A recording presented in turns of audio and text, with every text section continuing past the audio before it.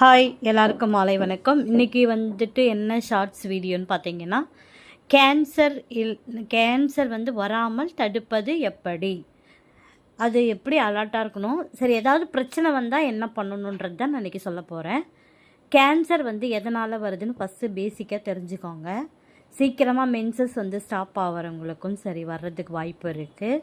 அதுக்கப்புறம் சீக்கிரமாக மேரேஜ் பண்ணுறவங்களுக்கும் வர்றதுக்கு வாய்ப்பு இருக்குது.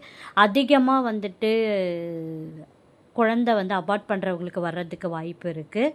அதுக்கப்புறம் பிளாஸ்டிக் ஹீட் பண்ணி அது சாப்பிட்றவங்களுக்கும் வாய்ப்பு இருக்குது. அதே மாதிரி ஃப்ரிட்ஜில் வைச்ச பொருளை அப்படியே ஹீட் பண்ணி சாப்பிட்றாங்க இல்லையா, அவங்களுக்கு வர்றதுக்கு வாய்ப்பு இருக்குது.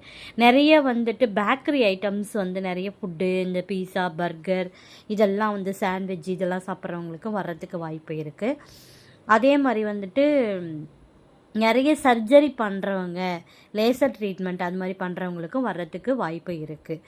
ஸோ இதெல்லாம் இவங்களுக்கெல்லாம் வர்றதுக்கு வாய்ப்பு அதிகம். அன்னோன் காசஸ் நிறைய. ஸோ பெண்கள் எல்லாமே ஒரு 40 இயர்ஸ் அபோவ் இருந்தால் அவங்க மந்த்லி கைனக் ஒப்பீனியன், இந்த பெரிஃபரல் ஸ்மியர் இதெல்லாம் சொல்லுவாங்க, அந்த டெஸ்ட்டு, மேமோகிராம் இதெல்லாம் பண்ணிக்கிறது ரொம்ப நல்லது. அதுவே செல்ஃப் எக்ஸாமினேஷன் பண்ணிக்கிறதும் ரொம்ப நல்லது. ஸோ நம்ம வந்துடுச்சு, சப்போஸ் நம்மளுக்கே தெரியாமல் ஏதோ ஒன்று உடம்புல இருக்குது, இந்த கேன்சருடைய அறிகுறி என்னன்னு கேட்டிங்கன்னா, அவங்களுக்கு வெயிட் லாஸ் சடனாக இருக்கும். அதுக்கப்புறம் லூஸ் டூல், அதாவது கண்டினியூஸாக டைரியா போயிட்டுருக்கும், பேதி ஆகிட்டே இருக்கும். அதுக்கப்புறம் எதுவும் இன்டேக் எடுக்க முடியாது, அதிகமாக பசி எடுக்காது, டைஜஸ்ட் ப்ராப்ளம், அதாவது செரிமான கோளாறுகள் நிறைய இருக்கும். அப்போ வாந்தி வர மாதிரி இருக்கும், ரொம்ப டயர்டாக இருக்கும், சோர்வாக இருக்கும், வெயிட் லாஸ் நிறைய இருக்கும், வெயிட் ரொம்ப கம்மியாவாங்க. இது மாதிரிலாம் இருந்தால் உடனே டாக்டரை போயிட்டு பார்க்கணும். ஒரு பொது மருத்துவர் யாராவது உங்கள் ஊரில் இருந்தாங்கன்னா போய் பாருங்கள்.